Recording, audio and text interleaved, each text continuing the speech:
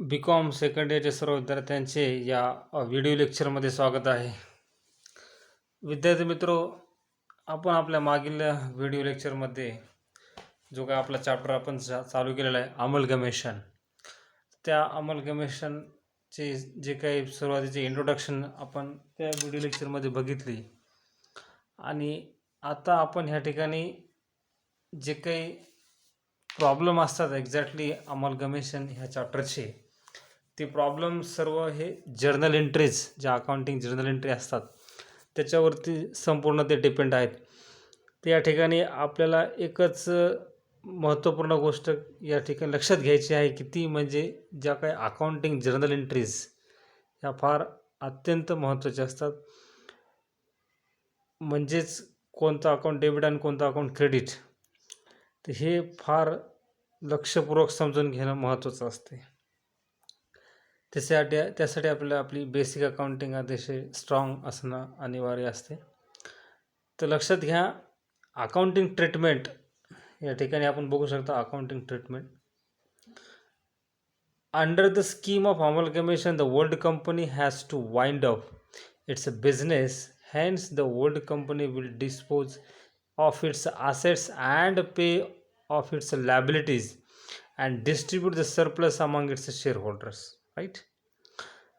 की जे काय अमलगमेशन झाले म्हणजे काय की ज्या काय दोन जुन्या कंपन्या होत्या, उदाहरणार्थ कंपनी ए आणि कंपनी बी, ह्या दोन कंपन्या एकत्रित येऊन सी कंपनी त्यांनी स्थापन केली. बरोबर? म्हणजेच अमलगमेशन याला असं म्हटलं जाते की जेव्हा दोन कंपन्या एकत्रित येऊन नवीन कंपनी स्थापन करतात.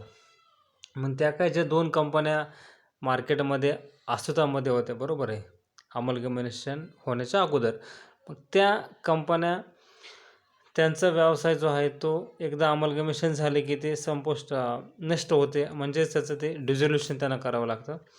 आणि मग कंपनी डिझोल्युशन झाली म्हणजेच कंपनीचं विसर्जन झालं त्या जुन्या दोन कंपन्यांचं.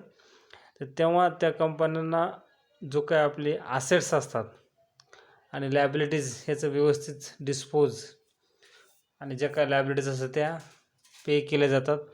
आणि लायबिलिटी आणि ॲसेट हे झाल्यानंतर जे काही सरप्लस असते, बरोबर, म्हणजे जनरल रिझर्व असेल, क्रेडिट बॅलन्स असेल, प्रॉफिट लॉस अकाउंट, वेगवेगळ्या प्रकारचे रिझर्व, ते सर्व अमाऊंट त्या एकंदरीत संबंधित त्यांच्या कंपनीच्या शेअर होल्डर्सला ते दिली जाते. तर मग ह्या ज्या सगळ्या गोष्टी त्या कशा प्रकारे त्याची जर्नल एंट्री असतात हे आपण या ठिकाणी पाहणार आहोत. म्हणजेच जे काही घडामोडी, जे काही अफेअर्स कंपनीमध्ये होतात ट्रान्झॅक्शन, बरोबर, त्याच्या जर्नल एंट्री आपल्याला या ठिकाणी शिकायच्या आहेत. तर ट्रान्सफरिंग ऑफ असेट्स, बरोबर, तर म्हणजे असेट्स ट्रान्सफर करत ह्या ज्या काही जर्नल एंट्री आहेत ह्या ओल्ड कंपनी जे आहे याच्यामध्ये दोन प्रकारच्या एंट्री असतात. एक ओपनिंग एंट्रीज असतात आणि क्लोजिंग जर्नल एंट्री असतात. ओपनिंग जर्नल एंट्री ह्या जे नवीन कंपनी इस्टॅब्लिश झालेली आहे त्या कंपनीच्या अकाउंटमध्ये असतात. आणि क्लोजिंग जर्नल एंट्रीज ह्या जी काही कंपनी विसर्जित होत आहे, बरोबर आहे, ज्या ओल्ड कंपन्या जुन्या कंपन्या असतात त्यांच्या याच्यामध्ये बुक्समध्ये जी काही जर्नल एंट्री पास केल्या जातात त्यांना क्लोजिंग जर्नल एंट्रीज म्हटले जाते. तर या ठिकाणी ही काही जी आपण जर्नल एंट्री बघत आहोत ही ट्रान्सफरिंग ऑफ असेट्सची, ही जी ओल्ड कंपनी आहे, जी कंपनी व्यवसाय ज्या कंपनीनं ॲक्च्युली नवीन कंपनी ज्यांनी स्थापन केली त्या जुन्या ज्या कंपन्या आहेत त्यांच्या बुक्समध्ये ही एंट्री आपण बघत आहोत. म्हणजे ट्रान्सफरिंग ऑफ असेट्स म्हणजे असेट्स ह्या ट्रान्सफर केले जात आहेत, बरोबर आहे, कुठं, नवीन कंपनीच्या अकाउंटला. ठीक आहे.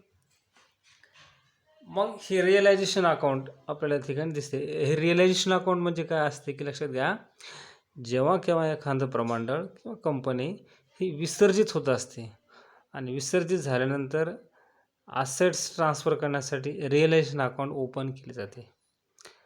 ठीक आहे. ते हे रिअलायझेशनमध्ये त्याच्यामुळे हे अकाउंट डेबिट झालेलं आहे. हे जे काही असेट्स होते त्या ट्रान्सफर केले जातात. Realisation account DR to sundry assets account book value, बरोबर, कारण हे व्यवहार जुन्या कंपनीच्या बुक्समध्ये होत आहेत त्याच्यामुळे इथे कोणत्या प्रकारचं डिडक्शन नाही, कोणतं ॲग्रीमेंट व्हॅल्यू नाही आहे, बरोबर. त्याच्यामुळे इथं बुक व्हॅल्यू आलेली आहे, लक्षात घ्या. आता हे सेंड्री ॲसेट्स अकाउंट, बरोबर आहे. मग आता या ठिकाणी एक एक ॲसेट्सचा विचार करावा लागतो. जे ॲसेट्स उदाहरणार्थ कोणते असेल, प्लांट असेल, मशिनरी असेल, बिल्डिंग असेल, बरोबर आहे. हे एक एक ॲसेट्स या ठिकाणी क्रेडिट केल्या जातील, सगळ्यांना हे एक एक घ्यायच्या. त्या ठिकाणी त्यांनी दिलेलं आहे, it is to be noted that each assets is transferred individually, बरोबर. सेपरेट असेट्स ट्रान्सफर केले जाते एक एक. Each assets is transferred at its gross book value, ठीक आहे. बुक व्हॅल्यू जे काय आहे 1,00,000 असं उदाहरण मशीन ते तेवढंच value. Next, assets not taken over by the new company are also transferred to realization account, बरोबर. या ठिकाणी जी काही नवीन कंपनी स्थापन झालेली आहे त्या कंपनीने जे जुन्या कंपनीत जी कोणती ॲसेट्स घेतली नाही घेतले तरी रिलेशन अकाउंटला त्या ॲसेट ट्रान्सफर केल्या जातात.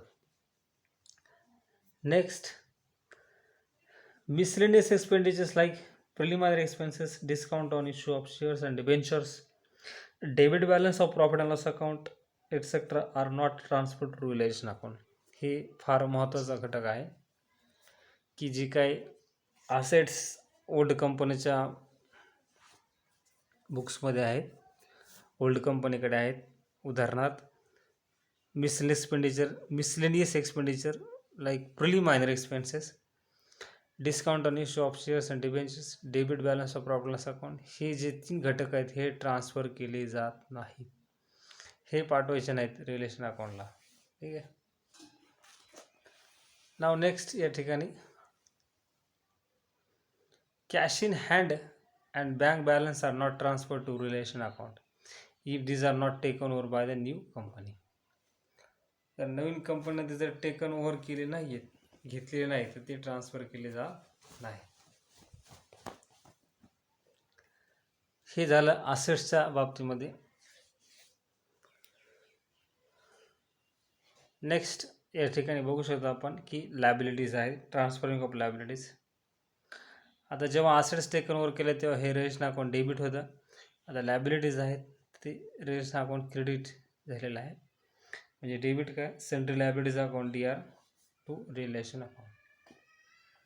तसंच all liabilities transfer relation, each liabilities transferred individually, एक एक लायबिलिटी क्रेडिट होणार. Each liability transfer to gross value and accumulated profits are not included in the liabilities. जे काय अक्युमुलेटेड प्रॉफिट्स असतात ते या ठिकाणी लायबिलिटीज म्हणून ते स्वीकारले, म्हणजेच ट्रान्सफर केले जात नाहीत.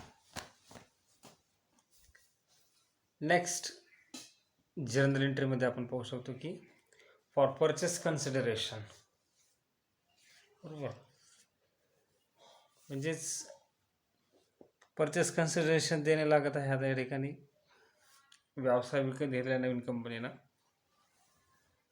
आणि आता विकत घेतल्यामुळे या ठिकाणी खरेदी मोबदला महत्त्वाचा असतो, त्याच्या संबंधित जर्नल एंट्री आहे ही.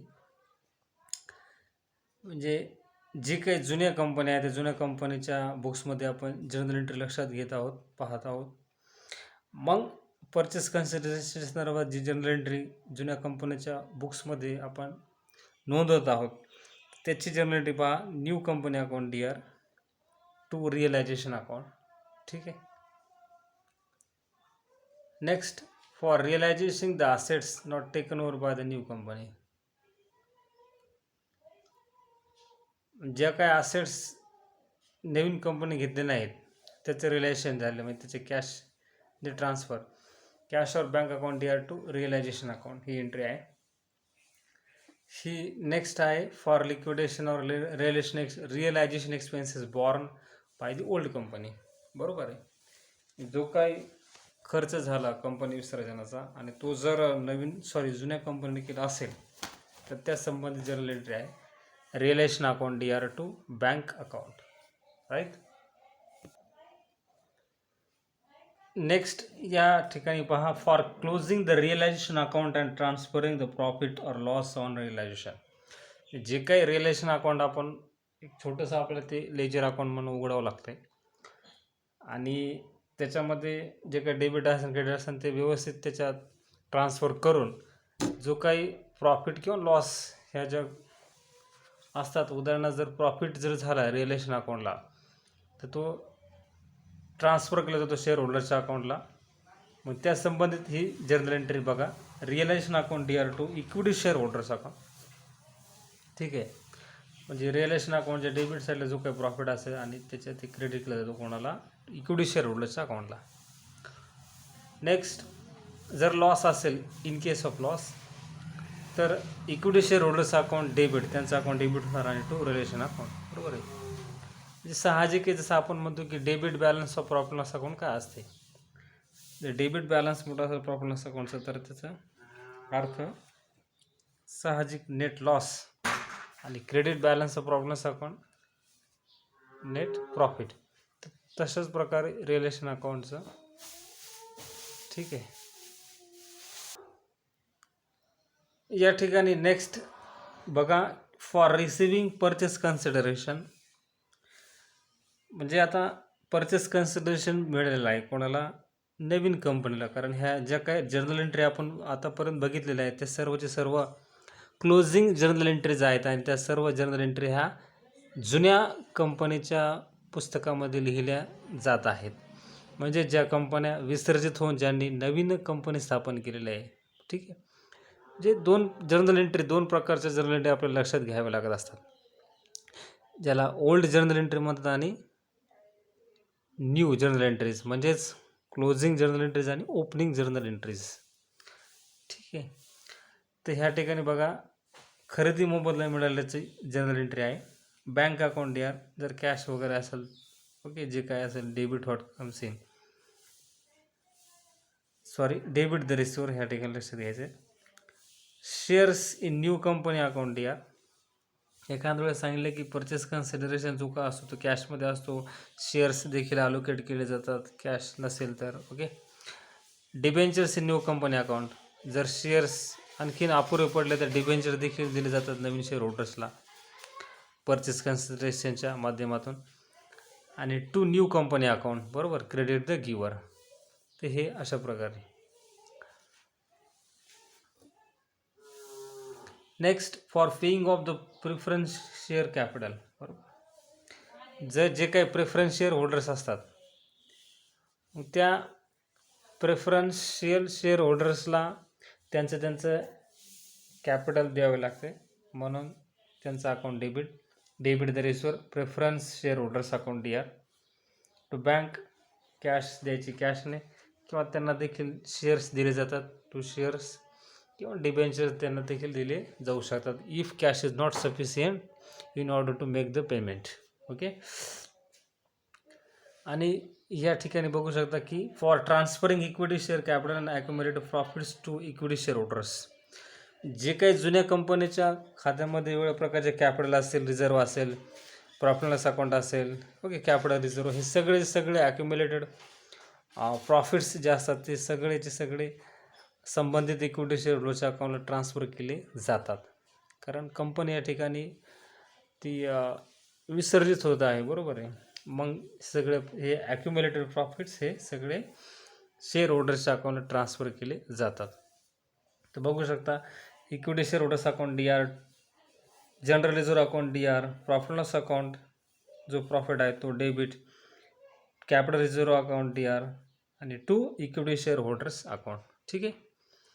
तर हे फार छोट्या छोट्या गोष्टी या ठिकाणी काळजीपूर्वक आपल्या लक्षात घ्यायच्या आहेत. जर्नल एंट्री ह्या प्रत्येक अकाउंटिंग सब्जेक्टमध्ये अतिशय महत्त्वाचे असते. नेक्स्ट बघा, for transfer of fictitious assets and accumulated losses to equity share holders, बरोबर. आता हे लॉसेस ट्रान्सफर केले जातात इक्विटी शेअर होल्डर्स, म्हणजे त्याचं account debit, equity share holders account DR, to profit loss account loss, to preliminary expenses account आणि to discount on issue of shares account. हे fictitious assets अशा प्रकारे असतात. हे 1, 2, 3. अँड लास्ट या ठिकाणी आणखीन जी आहे 12वी एंट्री जुन्या कंपनीच्या बुक्समधली, for paying off equity share holders final distribution आहे.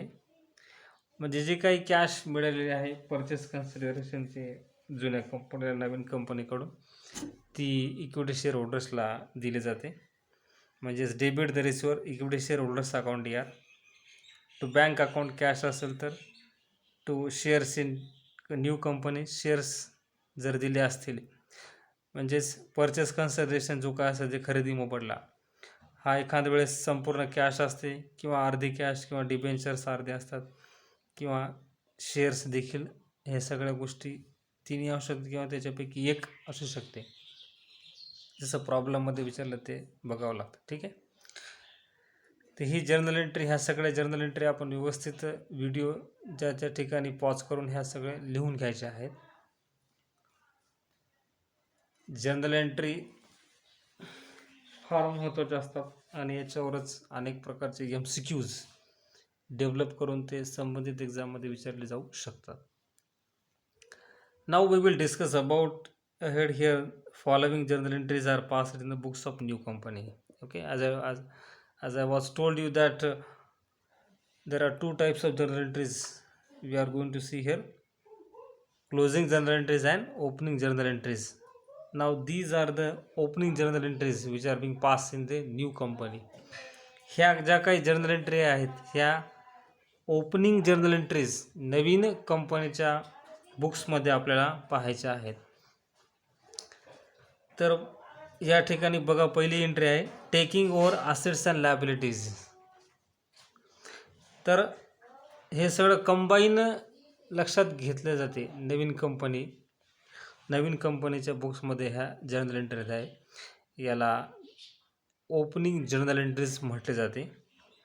बघा, sundry assets account DR. Okay.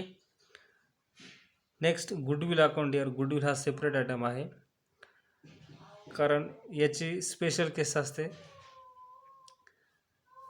To sundry liabilities account आणि टू ओल्ड कंपनीज अकाउंट. बरोबर आहे. जी काही ओल्ड कंपनी असेल ती. असंच एंट्री दुसऱ्या एका कंपनीच्या याच्यामध्ये देखील संबंधित असते. ही एका कंपनीशी निगडीत असते आणि अशीच एक दुसरी एंट्री दुसऱ्या कंपनीशी निगडीत असते कारण दोन कंपन्या एकत्रित येऊन नवीन कंपनी एक स्थापन झालेली आहे. आणि या ठिकाणी next payment of purchase consideration खरेदी मोबदला दिलेला आहे कारण नवीन कंपनीमध्ये काही खूप जास्तीच्या एंट्रीज नाही आहेत. मग आता डेबिट द रिसिव्हर, नवीन कंपनीला आपण पैसे देत आहोत, खरेदी मोबदला देत आहोत, म्हणून ओल्ड कंपनी अकाउंट DR. आणि जर कॅश असेल टू बँक शेअर्स, बरोबर आहे, प्रेफरन्स शेअर्स असेल ते, डिबेंचर असेल किंवा शेअर प्रीमियम अकाउंट, हे सगळे घटक एक कोणतंही एक किंवा सगळे दिले जाऊ शकतात. Right. And last here for setting off goodwill against capital reserve. तर हे capital reserve account DR to goodwill account. ह्याच्यामध्ये कसं असते की जेव्हा आपण परचेस कन्सिडरेशन कॅल्क्युलेट करतो तर त्यावेळेस if excess of purchase consideration over net assets त्याला गुडविल म्हणतात आणि if excess of net assets over purchase consideration तेव्हा कॅपिटल रिझर्व हा घटक असतो.